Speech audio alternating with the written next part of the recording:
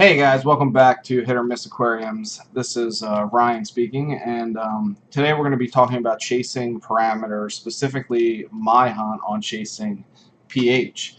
And there's a lot of people that tell you don't chase numbers, and I don't really think that's what I'm doing, but I think that there's a certain level that you have to get to, and then you can say, okay, now you're really chasing numbers. And I want to go over a couple of different things with you here on the Apex screen that I have up. I do have an Apex controller, and I'll show you guys my tank and stuff in the future. But for right now, I just wanted to get this video out because this is kind of what I've been working on as a new reefer, and my system is relatively new, maybe only, I don't know, 3 months, 4 months old at this point. And you can see here, this the reason why the pH went up so high at this point was because I recalibrated my pH and I put it in 10.0 solution, so it shot it way up. But right here, this is where my pH had been at, which is 8.05, 7.99 to maybe max of 8.1. And everything that I read and that I've watched on various different channels, BRS saying try to get between 8.2 and 8.3. And so I did a couple of different things. The first thing that I did was I drilled a hole outside of my house to get fresh air in to my protein skimmer, and I'll show you some videos and clips on that, maybe some pictures. And that seemed to kind of correct the issue. You can kind of see here where it started to go up a little bit. It was unusually high, and then I plugged in the BRS calculator to figure out, okay, if I want my pH to be 8.3, how much additional alkalinity do I need to dose? Because right now I am dosing 2-part alkalinity and calcium.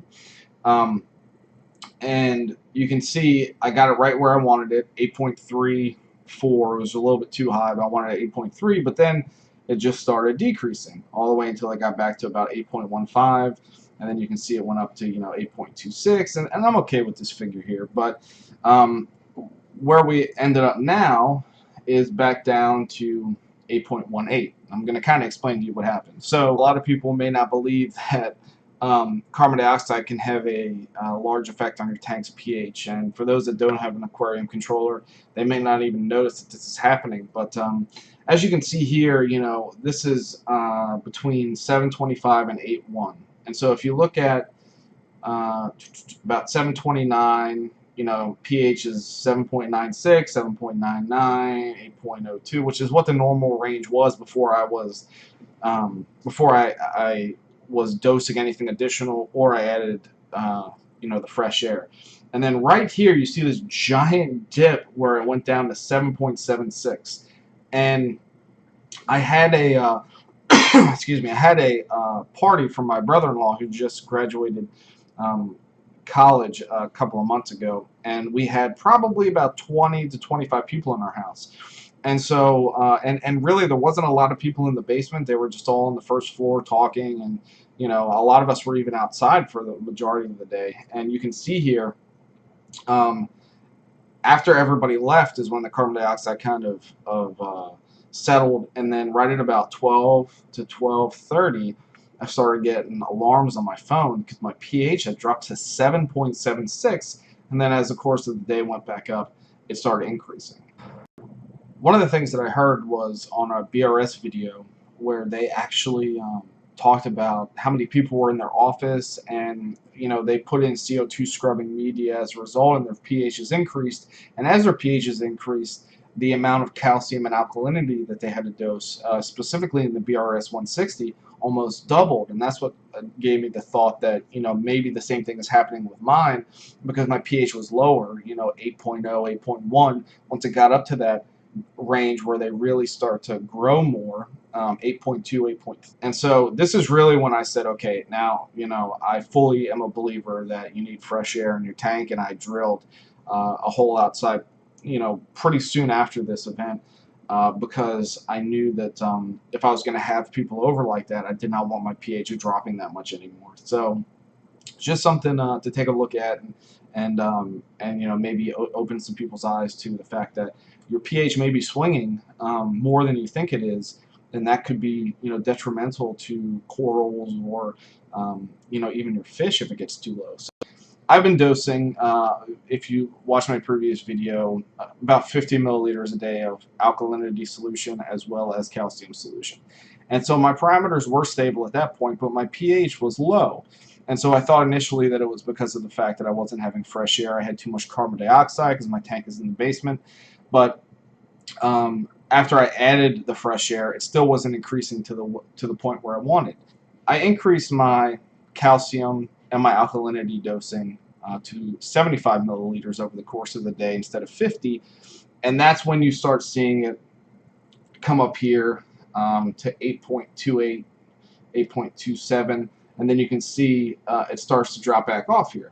And so last night I usually test my alkalinity or KH just about every single day, and last night I tested it because I hadn't tested it in about 3 days because I was out of the house. We were on a camping trip, and when I tested it, I was expecting it to be up above 10 because my KH for the longest time was 8 point, or I'm sorry, 9.3, 9.4. I was expecting it to be over 10 because I really like it to be between 10 and 11.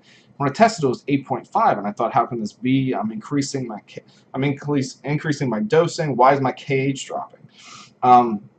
So I woke up this morning and then I saw this. So it was on kind of the downhill slide, if you will, and the KH dropped and then the pH dropped as well. So I think that what is going on here is as you increase your pH and you get to that level of 8.2, 8.3, from where I was like 8.0, 8.1, 8.2, 8.3 is really where you start seeing your coral start to really calcify more. And I think my corals, what was happening was my corals were starting to calcify more. They were eating up more calcium, more alkalinity, and because of that, they did that for a short period of time, and then it dropped back down. So the only thing that I can think at this point is I need to increase my dosing even a little bit further. So I went ahead and bumped it up today to 100 instead of 75 to see if that would really kick it into gear.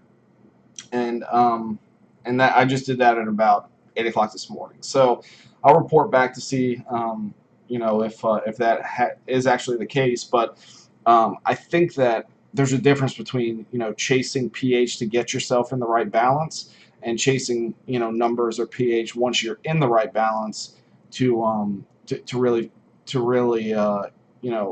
oh, my pH is 8.3 but my alkalinity is only 8.5, and people try to get their alkalinity up and they screw their pH up. I think this is really just getting in that sweet spot, and I really think that for a lot of people who are new to this, it's an important lesson to learn, because if your pH is too low and your frags and your corals aren't encrusting your frags like mine weren't, and you're not seeing any growth, and from month to month, and you're dosing everything and you're like, what is going on?